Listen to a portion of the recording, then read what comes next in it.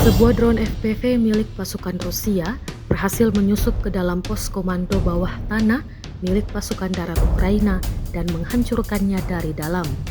Serangan presisi ini terjadi di wilayah Luhansk dan diklaim menewaskan seluruh personel di dalamnya. Menurut laporan, pasukan motor infanteri Rusia terlebih dahulu mendeteksi pergerakan pasukan Ukraina yang bersembunyi di area hutan. Setelah mengidentifikasi posisi tentara Ukraina, mereka segera mengarahkan sejumlah drone yang dijuluki burung-burung ke titik target. Rekaman dramatis serangan tersebut menunjukkan bagaimana drone FPV masuk ke dalam struktur bawah tanah dan meledak di dalamnya, menghancurkan pos komando dan menewaskan seluruh personel di lokasi. Diklaim tidak ada satupun yang berhasil keluar hidup-hidup. Video peristiwa ini diunggah ke Telegram Kamis 31 Juli 2025 dan langsung menjadi sorotan, menambah daftar panjang serangan matikan yang melibatkan drone dalam konflik bersenjata di Ukraina.